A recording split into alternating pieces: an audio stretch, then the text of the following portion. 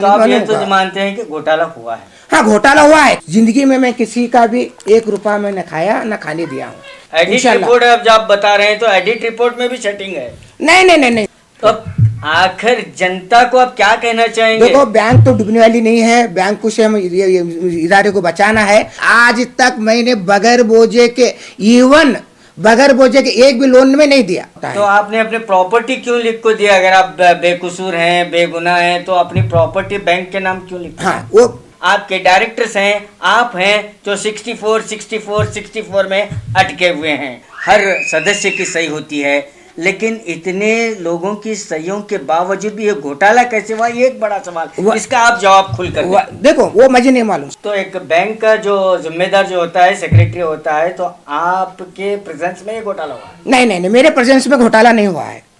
मेरे आने के बाद हुआ है। स्वागत है आपका बी न्यूज़ नेशन में। मैं हूं खुर्शीद आलम। जैसे कि आप जानते हैं कि बीजापुर शहर की एक प्रसिद्ध बैंक, ये आदिल अमानत कोऑपरेटिव क्रेडिट बैंक जो है, जो हाल ही में जो स्कैम हुआ था, तो इस स्कैम में जो जनरल बॉडी में ये तय हुआ था, और नई जनरल बॉडी में जो है नए आम लोगों में से मेंबर्स में से 11 मेंबर्स को जनरल बॉडी ने चुना, और जनरल बॉडी को ये जिम्मेदारी दी गई कि इस स्कैम की, इस घोटाले की जांच करे। और ये जांच रिपोर्ट आज सामने आई। प्रेस मीट के जरिए जो नए मेंबर्स थे, उन्होंने इस स्कैंडल को उजागर किया। और इसमें हमारे साथ जुड़े हुए हैं आदिल अमानत कोऑपरेटिव बैंक के सेक्रेटरी जनाब सईद इंडिकर साहब। सईद इंडिकर साहब, आप पर जो आरोप लगाए हैं, और जो आप ब्रांच नंबर 2 में थे, वहाँ पर जो है 8.5 करोड़ का घोटाला हुआ है, और इस पर आप क्या कहेंगे? देखो, ब्रांच नंबर 2 के अंदर 8.5 का घोटाला, ये घोटाला न था, ये शेड्यूल डिफरेंस था। क्या शेड्यूल डिफरेंस है कि दिखा रहे थे।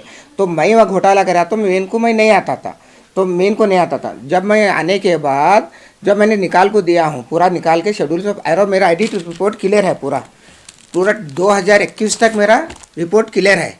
क्या रिपोर्ट क्लियर है? 2021 तक जरा भी एक भी ऑब्जेक्शन नहीं है मेरा, एक भी थोड़ा भी ऑब्जेक्शन नहीं है। एडिट, गवर्नमेंट एडिट का मुताबिक पूरे डिपार्टमेंट्स को पूरा गैस है।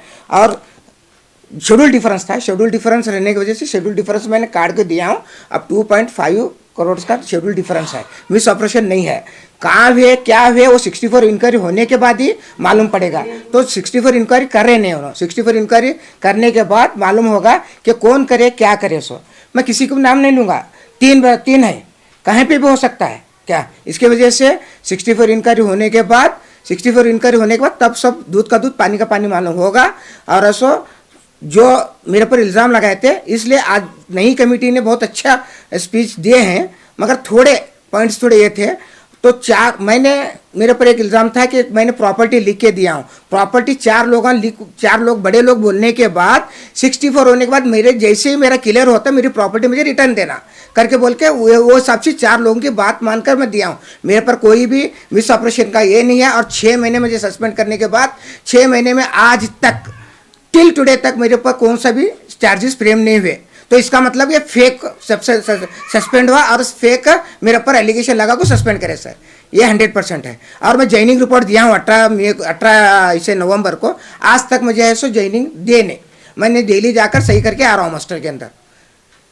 तो ये 8.5 का घोटाला ब्रांच नंबर 2 का, ये कहाँ ब्रांच 2 में हुए, मेन में, 1 में, मैं नहीं जानता। जो नई कमेटी है वो उन्होंने देखो, उन्होंने किए हैं, उन्होंने तो मैनेजमेंट कमेटी वाले दिए हैं उनको।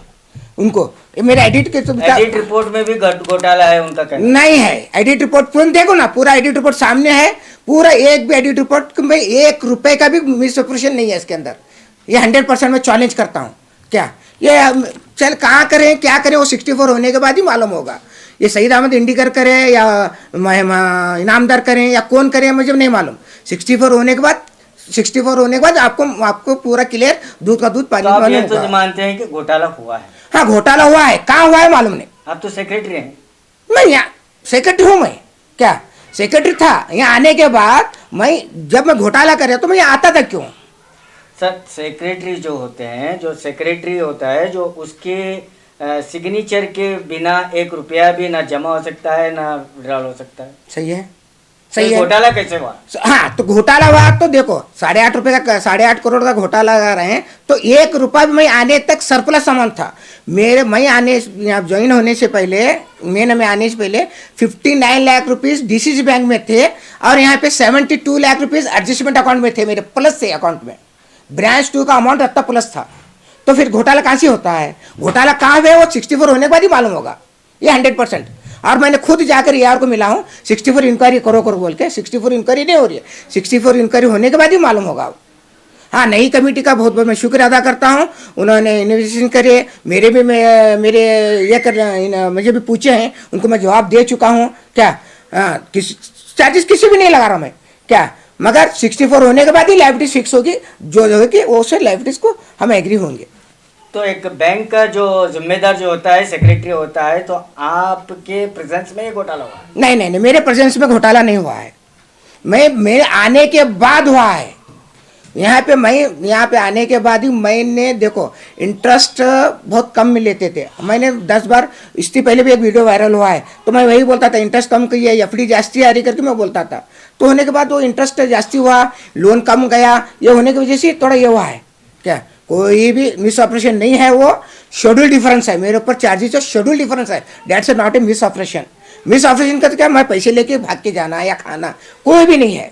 शेड्यूल डिफरेंस दिखा रहे हैं वो शेड्यूल, और एडिट में शेड्यूल डिफरेंस ही नहीं है, वो चेक होने के बाद मैं काट के दिया भी हूँ। अब सिर्फ 2.50 का शेड्यूल डिफरेंस है। तो आपके फैमिली मेंबर जो 35 मेंबर्स जो आपके फैमिली मेंबर हैं, उनको एफडी होती है, अमाउंट विड्रॉल होता है 1,40,00,000 रुपए, एक ही दिन में सेम डेट को एफडी भी खर्च होता है और विड्रॉल भी होता है। देखो रिन्यूअल हुआ है, वो क्या रिन्यूअल हुआ है, वो एफडी रिन्यूअल भी है और अभी भी है वहाँ पे। क्या वो क्या है क्या नहीं है वो मालूम है सबको, अभी भी है वहाँ पे, एफडी है वहाँ पे, वो कोई भी इसको ये नहीं है। ये मेरे ऊपर इल्ज़ाम है मिस ऑपरेशंस का। तो आखिर जनता को आप क्या कहना चाहेंगे? देखो बैंक तो डूबने वाली नहीं है, बैंक को से हम इदारे को बचाना है, मैं भी उसका इंटरेस्टेड पर्सन हूँ, मेरा वजूद ही वहाँ से हुआ है, तो इंशाल्लाह कहीं पे भी कुछ नहीं होगा, बैंक डूबी नहीं है। और उसको रिकवरी बहुत है, रिकवरी करना है, रिकवरी करके हम इससे बचाएंगे, पूरी कमेटी और हम मिलाकर उसे ऐसा इसके फिर वजूद में लाएंगे इंशाल्लाह। मैं भी उसकी मेहनत करूँगा इंशाल्लाह। और वो देखो आना रिकवरी बहुत है हमारी, क्या, और मैं कस्टमर से भी रिक्वेस्ट कर रहा हूँ कि जो नहीं भरे हैं आइए, जल्दी से भरिए, डिफॉल्टर्स को भी पैसे देना है, देंगे, देकर फिर हम ऐसे उस इदारे को बचाएंगे इंशाल्लाह। आप जो सेक्रेटरी थे, तो ऐसे भी लोन हुए हैं, एमटीएल लोन हुए हैं, जो प्रॉपर्टी पर बोझा ही नहीं बैठा है। वो मेरे पीरियड में नहीं हुआ है, मैं वही बोल रहा हूँ, 64 होने के बाद ही है, मैं किसी को चार्ज नहीं दे रहा। 64 होने के बाद कौन करे क्या करे सब मालूम पड़ता है। मेरे में आज तक मैंने बगैर बोझे के, इवन बगैर बोझे के एक भी लोन में नहीं दिया आज तक। मैं जो था या ब्रांच 2 में रहने दे या मैं 1 में था या यहाँ रहने दे, मेन में रहने दे, एक भी कौन करें क्या करें, 64 में होता है, यही तो बोल रहा हूँ मैं। मेरे पर कोई भी चार्जेस नहीं हुए, मैंने बगैर बोझे के एक भी लोन नहीं दिया, चेक होने के बाद मालूम होता है। तो आपने अपने प्रॉपर्टी क्यों लिख को दिया? अगर आप बेकसूर हैं, बेगुनाह हैं, तो अपनी प्रॉपर्टी बैंक के नाम क्यों लिख? हाँ, वो 4 लोग बैठ कर मीटिंग करे, मीटिंग करने के बाद क्या बात हुई, तो नहीं होने के बाद एक सोल्यूशन निकालने के वास्ते क्या करें मालूम है क्या, 4 बड़े लोग हैं, उनको मैं बहुत इज्जत करता हूँ, बीजापुर के बहुत माने हुए हस्ती हैं। वो बोलने के बाद उन्होंने क्या बोले, तुम प्रॉपर्टी दो, जैसे ही क्लियर होता है तुम्हारी प्रॉपर्टी तुम्हें लेना कर बोल, अब मेरा क्लियर होने के बाद मेरी प्रॉपर्टी मुझे रिटर्न देना है। ये मिस ऑपरेशन कराया करके मैंने लिख को दिया, 4 लोग को उनकी बात को मान कर दिया और वो रिटर्न देना है मेरे को। तो आपने, एक आम आदमी जब सोचता है कि सईद इंडिकर अपनी प्रॉपर्टी अटैचमेंट किए, यानी सीधे वो गुनेगार हैं, वो मिस ऑपरेशन किए हैं, वो घोटाला किए हैं, इसलिए अपनी प्रॉपर्टी लिख को दिए। ऐसे ही कोई अपनी प्रॉपर्टी लिख कर नहीं दे सकता। आम लोगों में ये सोच होना लाजमी है। सही है बात है तुम्हारी, बात को जो सोच रहे हैं वो सही था। मैं क्या बोल रहा हूँ मालूम है, 4 लोग जैसे 4 बीजापुर के माने हुए लोग बैंक के अंदर मीटिंग करने के बाद 4 लोगों की बात मानकर लब्बैक बोलकर मैंने वो प्रॉपर्टी लिख के दिया। नहीं तो वैसा करे तो मैं नहीं लिख को देता था, मैं मिस ऑपरेशन करा तो क्या किसी लाइबिलिटी आती करो बोल को, वो मैं नहीं करा कर को बोल को मैंने गढ़ से दिया हूँ। और वो प्रॉपर्टी मुझे रिटर्न आती है और 64 होने के बाद दूध का दूध पानी मालूम होता है 100%। तो 64 अब तक क्यों नहीं हुआ? वो 64 वो कमेटी को मालूम और अभी जो प्रेजेंट मैनेजर हैं जो इंचार्ज दिए हैं उनको मालूम। मैं खुद जाकर ER को मिला हूँ 64 करो बोल के। तो वो 64 कर रहे, वो डॉक्यूमेंट्स नहीं दे रहे हैं, वो नहीं दे रहे हैं करके वो है सो रिफ्यूज कर रहे हैं। अभी तक 64 इंक्वायरी नहीं शुरू हुई। 64 इंक्वायरी होने के बाद जैसे जिसे लाइबिलिटी फिक्स होती है वो है सो वो 100% उसको इक्वल लाइबिलिटी से फिक्स होगी उसकी।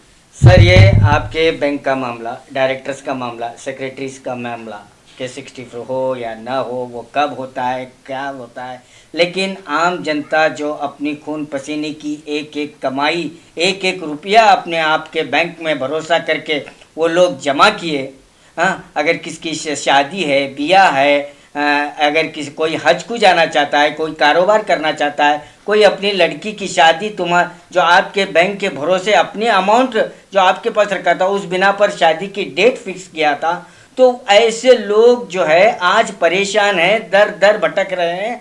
तो उन्हें ये भी उम्मीद नहीं है कि हमारा पैसा वापस आएगा या नहीं आएगा। लेकिन आप हैं, आपके डायरेक्टर्स हैं, आप हैं जो 64 में अटके हुए हैं। तो उन लोगों को आप क्या जवाब देंगे? देखिए, जब मैं आने के बाद रिकवरी इतनी फास्ट थी, मैंने रिक्शा ऑटो फिराया था, फिर मैंने जब्ती की पुलिस लेकर फिरता था, फिर जब्ती मैं ही काटा था 25 जब्ती से। पहले के मैनेजर नहीं करे थे। मैं वो क्रिटिसाइज नहीं करना चाह रहा हूँ, किसी कौन करे क्या नहीं करे वही बोल रहा हूँ। और पब्लिक का पैसा मैं रहने के बाद एक किसी को भी हर्ट नहीं हुआ था कि मैंने एक किसी को ये क्या हूँ। यहाँ पे आने के बाद ही ये जैसे हवा उठने के बाद तो टोटली पैसा पब्लिक आ गई है। आने के बाद वो है पैसा, बाहर पैसा है हमारा 32 करोड़ रुपए आना है। 28 करोड़ रुपए आज ही नई कमेटी बोली है 28 करोड़ हमें देना है, तो प्रॉफिट हुआ है क्या, नो डाउट। बट तो थोड़ा सब्र करें, वो पैसा पब्लिक का कहाँ भी नहीं जाएगा, इंशाल्लाह वो मिल के रहेगा। इंशाल्लाह हम सब मिलकर, पूरी कमेटी मिलकर, हमें मिलकर, पूरे स्टाफ वाले मिलकर हमें इसे है सो रिकवरी करके हम पब्लिक को पैसा देंगे। पैसा तो कहीं पे नहीं जाएगा पब्लिक का, ये हमारे ये है। आज जो कमेटी प्रेस मीट करके अपनी रिपोर्ट दी, आप उससे सहमत है या नहीं है? हाँ, वो वक्ते को बस मैं सहमत नहीं हूँ, वो इंक्वायरी होने के बाद सहमत हुआ हूँ। क्या जो अब मेरा बच्चा है, मैं काट के दिया हूँ 2.5 शेड्यूल डिफरेंस है खाली, जब कोई पैसे का लिए ये नहीं है, शेड्यूल डिफरेंस है। वो 2.5 रमजान के अंदर मैं काट को दिया हूँ। सडनली मुझे सस्पेंड करे, नहीं तो वो भी हो जाता था, कोई भी इसके ऊपर ये नहीं है। इंशाल्लाह 64 होने के बाद सब निकल जाएगा, सब क्लियर होकर मेरी प्रॉपर्टी मुझे रिटर्न आ जाएगी। एडिट रिपोर्ट अब आप बता रहे हैं तो एडिट रिपोर्ट में भी सेटिंग है? नहीं, देखो एडिट रिपोर्ट कौन सेटिंग करेगा, कौन सेटिंग करे? ये गवर्नमेंट एडिट है, हर डिपार्टमेंट को जाती है गवर्नमेंट एडिट। मैं सही करे रहता हूँ, मैनेजर बड़ा मैनेजर सही करे रहता है, डायरेक्टर सही करे रहते हैं, फिर बाद में GB में अप्रूवल हुए रहता है, एडिटर सही करे रहता है। इसमें एक भी ऑब्जेक्शन नहीं है मेरा, एक भी ऑब्जेक्शन नहीं है। और मैं आज तक जिंदगी में मैं किसी का भी 1 रुपया मैं न खाया न खाने दिया हूँ किसी को। सर, आप कह रहे हैं कि ये गलत नहीं हो सकता, ठीक है, गलत नहीं हो सकता। आप कह रहे हैं ये कैसे गलत होगा, इसमें डायरेक्टर की सही होती है, जनरल मैनेजर की सही होती है, हर सदस्य की सही होती है, लेकिन इतने लोगों की सहियों के बावजूद भी ये घोटाला कैसे हुआ, ये एक बड़ा सवाल। इसका आप जवाब खुलकर देखो, वो मुझे नहीं मालूम क्यों, मैं कहाँ पे करे, मैं वही बोल रहा हूँ। 2 में हुआ, मेन में हुआ, 1 नहीं मालूम। 64 होने के बाद कहाँ है वो ऑटोमेटिकली निकल जाएगा। मैं किसी के ऊपर चार्जेस फ्रेम नहीं कर रहा। 64 होने के बाद ही क्लियर होगा। क्यों, कहीं पे भी हो सकता है, कहीं पे भी हो सकता है, 1 में भी हो सकता है, मेन में भी हो सकता है, 2 में भी हो सकता है। वो 64 होने के बाद मैं किसी को चार्जेस नहीं कर रहा। क्या, हाँ, इतना यकीन है कि अमाउंट है, मिसऑपरेशन हुआ है थोड़ा बहुत, कहाँ पे हुआ है वो 64 होने के बाद ही मालूम होगा। और पब्लिक का पैसा कहीं पे नहीं जाएगा, पब्लिक का पैसा मिल को रहेगा। और मुझे 6 महीने सस्पेंड होने के बाद अभी तक लिखे चार्जेस फ्रेम की नहीं करे साहब। हाँ, मैं जॉइनिंग रिपोर्ट भी दिया हूँ। ऐसा हो तो मेरे पर मैं मिस ऑपरेशन कर रहा था, मेरे पर चार्जेस फ्रेम करते थे 6 महीने में। कानून के मुताबिक 6 महीने में मुझे चार्जेस फ्रेम करना था। इसलिए मैं टोटली निर्दोष हूँ। मेरे ऊपर एक ब्लेम था, वो इंशाल्लाह 64 होने के बाद क्लियर होगा। और जो कहीं भी हो वो इंशाल्लाह वो किसी लाइबिलिटी होती कहीं पे, वो कौन सी भी बैंक में वो हो सकता है।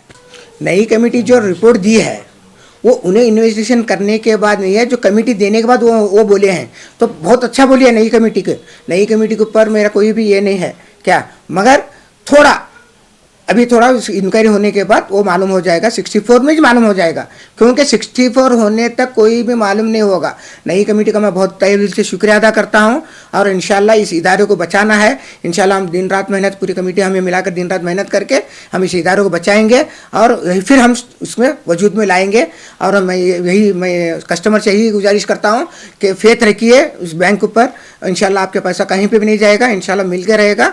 और इंशाल्लाह जो भी है वो जल्दी से जल्दी, मैंने 64 inquiry each and every account check करके मैंने रिक्वेस्ट करके मैंने एप्लीकेशन भी दिया हूँ, क्या ER को भी दिया हूँ 64 इंक्वायरी का sir. Each and every account तीनों 1, 2 और मेन तीनों वेरिफिकेशन करके रिपोर्ट सबमिट करना है। खुदा हाफिज़। बहुत बहुत शुक्रिया हमारे साथ बात करने का। तो ये थे सईद इंडिकर साहब, सेक्रेटरी आदिल अमानत कोऑपरेटिव बैंक के। तो ये कहते हैं जो आज कमेटी रिपोर्ट अपनी पेश की है उससे सहमत ये नहीं है और फिर बार बार ये एक ही बात दोहराते हैं कि 64 होने दो, लेकिन जब तक 64 होगा कि ये आम जनता जो शेयर होल्डर है या पिकनिक जिसने जमा की है, अपनी मेहनत जमा पूंजी जो वहाँ पर रखी है, वो उससे वंचित रहेंगे। और ये 64 कब होगा, 1 साल में होगा, 1 महीने में होगा, 1 हफ्ते में होगा, ये कानूनी प्रक्रिया होती है, ये वो जाने और ये उनका जो आमला जाने। लेकिन मैं यहाँ कहूँगा कि इस बीच जो है जनता परेशान है और जनता का भरोसा कोऑपरेटिव बैंक से उठ चुका है। महाराजा स्वीट मार्ट मीठे, नमकीन और चटपटे स्वादिष्ट वैरायटीज के साथ बर्थडे, मैरिज, एनिवर्सरी, खासकर न्यू ईयर के लिए तैयार हर तरह के केक आपके मन पसंद डिजाइन के साथ आज ही विजिट करें Maharaja sweet, near bus stand, opposite Lalit Mahal, Bijapur.